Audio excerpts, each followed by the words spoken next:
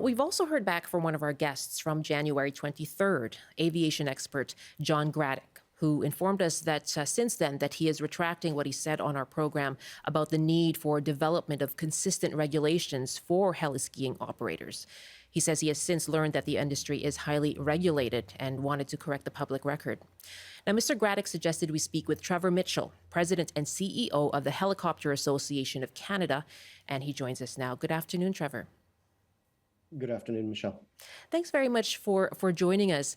And people may not be aware of just how the industry is set up. We did speak with the Helicat Association as well last week. They are involved only in the heli-skiing portion of the industry, whereas it would be the Helicopter Association that would deal with aviation-related matters. Is that right?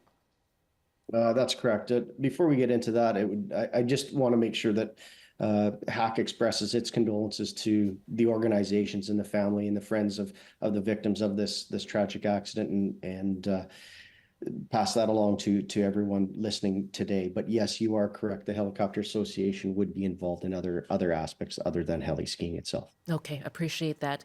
And what can you tell us then about the kind of standards that are involved with that portion of the industry, with the flight and aviation part of it? So the helicopter industry is regulated the same as any other segment of the aviation industry in Canada. We are a federally regulated segment, and we are bound by the Canadian aviation regulations as administered by Transport Canada and also the Canadian Transportation Agency as well, or the CTA. The Transportation Safety Board is now investigating. What kinds of things would it look at in a matter like this? You know, I think that question is best directed to the Transportation Safety Board. I think they have a very dynamic profile of activities that they can conduct. So I think that would be best deferred to them. What can you tell us about the helicopter itself that was used on this flight? So I think it's well known that the aircraft was based out of Kelowna, British Columbia. The air operator is a long-standing air operator. Nothing too much more to share other than it was a commercially registered type certified aircraft permitted to operate in Canada. What about the hazards? Of course, we do not know the cause of this crash, and there is, of course, the investigation underway. But when it comes to these mountainous areas, what are the hazards that pilots have to keep in mind? Well, it is true. You are accurate. It is a mountain flying incident, unfortunately. And hazards are the same hazards we would experience year round and in any mountainous terrain across the country, where there are things like we will deal with visibility issues. There could be some wind concerns, time of day, those types of natural issues that we would face in any type of flight regime, whether we're conducting heli-ski operations or any other type of operation that we would be conducting. And what kind of training is involved for pilots to deal with those, perhaps unforeseen weather or changes in weather and mountainous terrain? Like every other pilot in Canada, they're going to have to go to an accredited flight school. They will go through Transport Canada syllabus, and they will be licensed by the regulator. And many of those items are covered through flight schools. Many air operators go above and beyond, and they provide additional trainings in-house specific to their area of operations. And what confidence do you have in the training and regulation as it stands now? In the training, sorry, you said the training regulation? Training and regulation and oversight. So the training I think is regulation is fine. I think there is some change happening, and I think it's positive change.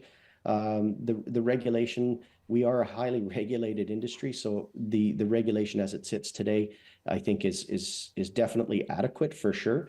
It never hurts for an industry to go above and beyond the standard as provided in the regulation. So I think we are in a very good position right now. What changes are coming to training? There are some changes. They're dynamic at this time, so it's not really something I can speak to as it may changes or quickly over the next course of time. Okay, and would it impact pilots who deal with heli-skiing as well? No, this would be Okay. specifically directed at new pilots into the industry. I see. And can you tell me about the growth? You know, when you oversee helicopter operations, how much has the heli-skiing industry grown as part of that? Very little to none, I would say. The pandemic over the past few years also almost decimated the industry as a whole. So we really didn't see this. I know it was broadcast that there was this dramatic amount of growth. There really isn't a vast amount of growth in this industry. We've kind of probably hit the ceiling on where we can go, maybe a couple areas here or there, but I believe there's only 22 heli-skiing operations, and that covers the majority of the available terrain. And finally, what role does your association play in terms of, I guess, giving a message to the public around the safety of heli-skiing?